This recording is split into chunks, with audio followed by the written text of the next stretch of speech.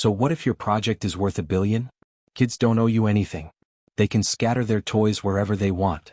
That was my sister's voice, sharp, mocking, right after her son slammed his toy truck into my laptop screen. My name is Michael Grant, and that was the exact second my family stopped being my family. The screen went black. A thin crack ran through it like a fault line. My work, 3 years of nights, contracts, code, investor decks, gone in one careless smash. I stared at the broken laptop, still open on the dining table. My parents didn't even look at it. You shouldn't have left it where a child could reach, my father said calmly. My mother nodded. You know how kids are. My sister smirked. Don't be dramatic, Mike. You can just buy another one. Buy another one. That laptop held the only local build of a prototype investors were flying in to see on Monday. No cloud backup. No second copy. I had been careful everywhere else except here. At home. With them. I stood up slowly. My hands were shaking but my voice wasn't. You know that laptop was my work. My sister shrugged. Work is work. Family comes first. That's when I walked into the garage. Not angry. Not shouting. Focused. I picked up a hammer from the tool bench and felt its weight settle into my palm. Solid. Certain. Behind me, I heard my mother laugh nervously. Michael, what are you doing? I turned back toward the house. And when they realized what I was about to protect, and what I was willing to destroy instead, their smiles vanished. I didn't go back inside right away. I stood at the threshold of the garage, hammer in hand, staring through the glass doors where my family was still laughing, like nothing had happened. My laptop was just a casualty in their never-ending war for attention. They thought I wouldn't do anything. Because I never had. I always kept quiet. Paid their bills. Took my nephew to soccer. Fixed Dad's car. Lent Mom money when she forgot to pay her card. Bought my sister's groceries when she said the government check was late again. But the $1 billion project? That was mine. The one thing I'd never let them touch. Until today. I stepped inside. Walked right past them. And with zero hesitation, smashed the already broken laptop into pieces on the dining table. The sound was volcanic. Everyone jumped. Michael, my mother screamed. My sister dropped her glass. Are you crazy? I didn't flinch. I stood over the table, still holding the hammer, staring at what used to be my life's work. The room went silent. You think I care about this machine? I said, my voice calm. You think that's what I'm grieving? They blinked. I pointed at the wreckage. I'm grieving the years I wasted thinking this house was safe. Thinking you all were safe. Then I turned around. And walked out the front door.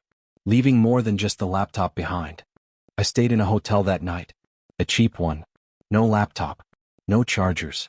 No distractions. Just 4 walls, a notepad, and the heavy silence that follows betrayal. I wasn't mourning the lost work anymore. I was mourning me. The version of Michael who tolerated it all. That version died with the laptop.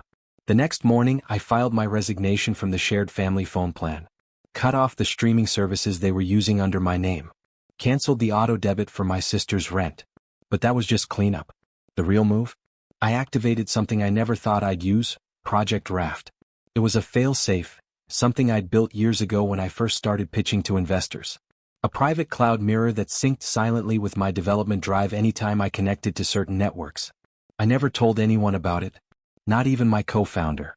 That morning I accessed it through a public library computer, heartbeat pounding. And when I logged in, everything was there. Every file. Every line of code. Even the pitch deck. I sat back, exhaled, and smiled for the first time in 24 hours. I didn't need my family's apologies. I needed a clean stage. And as I opened my inbox and saw the calendar invite from Venture Line Capital, Monday meeting confirmed, I realized something. The universe hadn't taken anything from me. It had stripped away what I didn't need, right before the spotlight hit. And now, I was going to walk on stage alone. Sunday morning, I walked into the investor pitch with nothing but a flash drive, confidence, and a clean slate. No distractions. No background noise.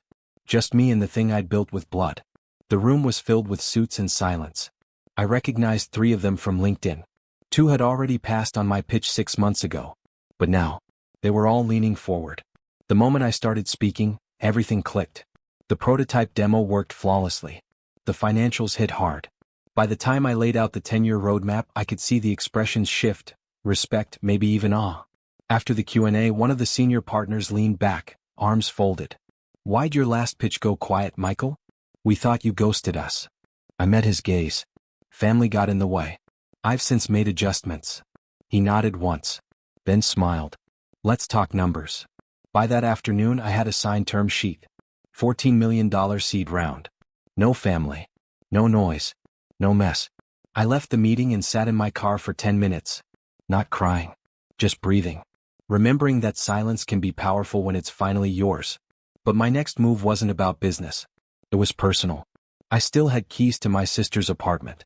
She never changed the locks even after all this. And inside her apartment? A lot of things she'd forgotten I'd bought.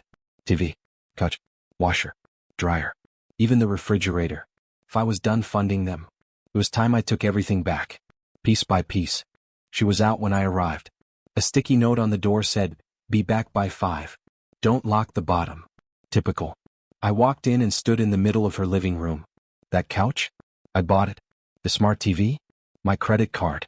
The kitchen appliances? Every single one, me. And now that I'd stopped paying her rent, eviction wasn't far behind. But I wasn't cruel. Just precise. I hired 2 movers same day. They were shocked how easy it was. Just this list, I told them, handing over an itemized breakdown with receipts. Every item on it was purchased by me. No shared ownership. She never paid me back. By the time she got back at 5:07, the living room was stripped bare.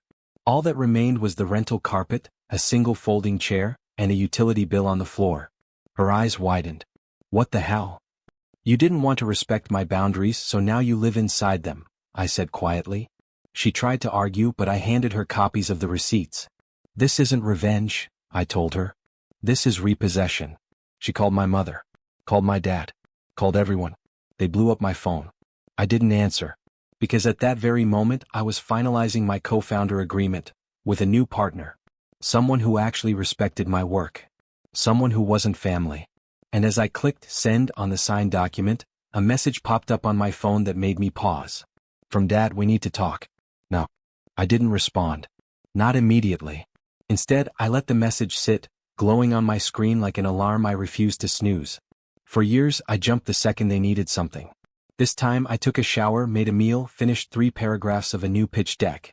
Only then did I reply, "What's this about?" His response came in seconds. "Your sister's being evicted. And your mother is having a breakdown. Fix it." No hello. No acknowledgement of the chaos they caused. Just orders. I texted back, "They're grown adults. Let them solve grown problems." 10 minutes later, my doorbell rang. It was Dad. His tie was loose, his eyes puffy like he hadn't slept. He didn't look angry. He looked scared. "Michael," he said, voice low, "your mom fainted at work. Hospital said stress." I didn't say anything. "She's not eating. Not sleeping. She's blaming herself for everything." "She should," I replied. "For once she should." He sat down on the bench outside my apartment door, holding his head in his hands. "You can't leave us like this." "I didn't," I said. "You pushed me." He was silent. Then he looked up and said something I never thought I'd hear. "We need you back. For the company. For the family." And that's when it hit me. This wasn't about Mom. It was about the business. And he had no idea what I'd just finalized with his biggest competitor. "You handed everything to Claire," I said, folding my arms. "She trashed it. And now you want me to rebuild it." Dad hesitated. "We didn't know she was a child with a tantrum and a platinum card? You didn't know?" He looked away. "I'm not your fixer anymore, Dad," I said. "That position's been filled." His brow furrowed. "What does that mean?" I pulled out my phone and showed him the signed agreement. The competitor's logo glared back at him, bright, final. "Regal Systems," he muttered. "You partnered with them? They offered me respect. You offered me cleanup duty." He stood like someone had just ripped his spine out. "They're our biggest rival." I corrected. "You'll be lucky if they leave you with shelf space." He looked like he might say something, apologize, beg, threaten, but he didn't. Instead, he walked down the hallway without a word, got in his car, and drove off. And for the first time in my life, my father left the conversation defeated. That night, my sister called. Voicemails. Crying. Accusing. "You destroyed everything," she sobbed. "We were family." I listened to the whole thing, then deleted it. Because family doesn't watch you burn and call it warmth. The next morning, Regal Systems posted the press release.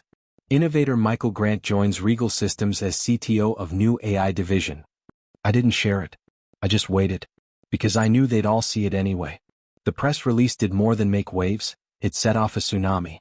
By noon my LinkedIn inbox was full. Old college classmates. Former bosses. Angel investors who once passed on me. Everyone suddenly remembered my name. But the messages that hit hardest came from my family. Mom first, why didn't you tell me? Then Claire, you humiliated us. Publicly.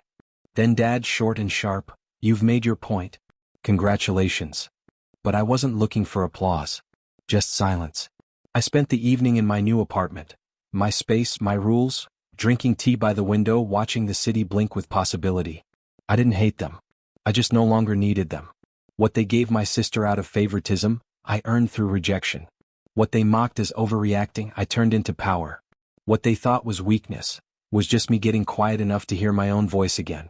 Weeks later I got one final email. It was from the board of my father's company. They were voting him out as CEO. I didn't reply, but I read it twice. Because sometimes the loudest revenge is no revenge at all, just success that doesn't wait for permission. That night I looked out at the skyline thinking about everything I lost, and how little of it I missed. My name is Michael Grant, and I was never meant to belong in that family. I was meant to outgrow it.